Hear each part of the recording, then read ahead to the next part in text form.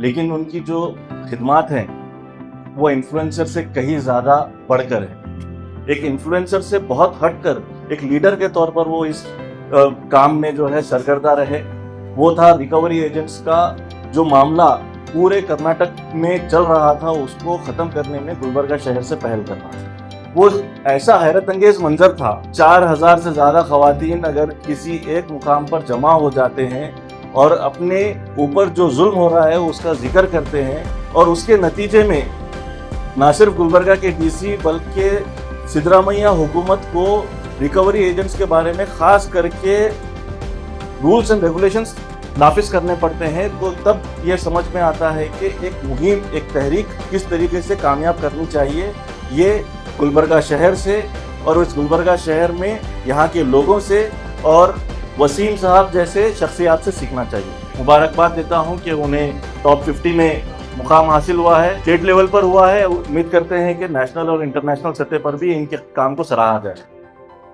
الطیبہ school Gulbarga کا مشہور ادارہ جہاں qualified teachers, smart classes, library, science اور سپورٹس گراؤنڈ کے ساتھ دین اور دنیا دونوں کی بہترین تعلیم دی جاتی ہے. LKG سے 10th تک ایڈمیشنز اوپن ہیں. آج ہی وزٹ کریں اور اپنے بچوں کا ایڈمیشن کروائیں. وسیم کو آج انفلوئنسر کا ایوارڈ ملا ہے، بیسٹ انفلوئنسر کا. قابل مبارکباد ہیں وہ، لیکن ان کی جو خدمات ہیں وہ انفلوئنسر سے کہیں زیادہ بڑھ کر ہے. انہوں نے ابھی جو ذکر کیا CAA NRC وقف کے امینڈمنٹ میں جو تحریک چلی تھی اس کا جو ہے سوشل میڈیا کے ذریعے کام انہوں نے بتایا کہ یہ غلط ہو رہا ہے سینٹرل گورنمنٹ کی جانب سے. لیکن میں یہاں پر خاص کر کے ان کی ایک جو کوشش رہی جس کا نتیجہ یہ ہوا کہ اسٹیٹ گورنمنٹ کو اپنے رولز اینڈ ریگولیشنز بدلنے پڑے، اس کے بارے میں ذکر کرنا چاہتا ہوں.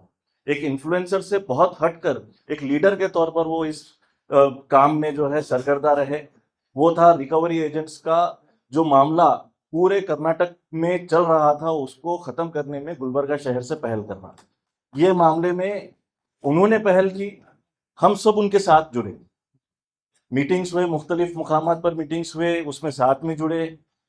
سارے معاملات میں ان کا جو رول تھا وسیم کا وہ جو ہے بہت سرکردہ تھا، بہت پیش تھا اور سارے کے سارے ہم لوگ جو ہے سپورٹنگ رول میں تھے.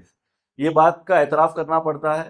اور ابھی بھی جب کبھی بھی مظلوموں کو ریکوری ایجنٹس کی طرف سے جو ظلم ہوتا ہے اس کو اجاگر کرنے میں وہ کبھی پیچھے نہیں ہٹتے ہیں.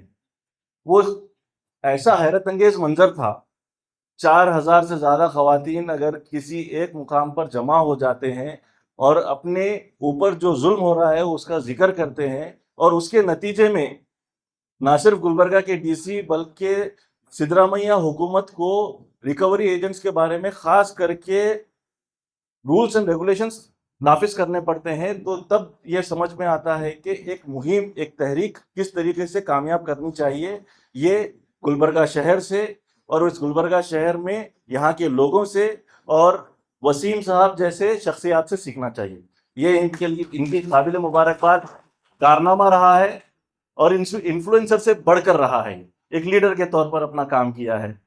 تو میں امید کرتا ہوں کہ آنے والے وقت میں بھی وہ اس طریقے سے کام کرتے رہیں اور مظالم جہاں جہاں پر بھی لوگوں کے اوپر ہوتے ہیں اس کو اجاگر کرنے کا کام کریں اور لوگوں کی تکلیف اپنے میڈیا چینل کے ذریعے دور کرنے کے لیے وہ جو ممکن ہو سکتا ہے وہ کام کرتے رہیں. اسی امید کے ساتھ میں انہیں پھر ایک بار مبارکباد دیتا ہوں کہ انہیں ٹاپ 50 میں مقام حاصل ہوا ہے، اسٹیٹ لیول پر ہوا ہے. امید کرتے ہیں کہ نیشنل اور انٹرنیشنل سطح پر بھی ان کے کام کو سراہا جائے.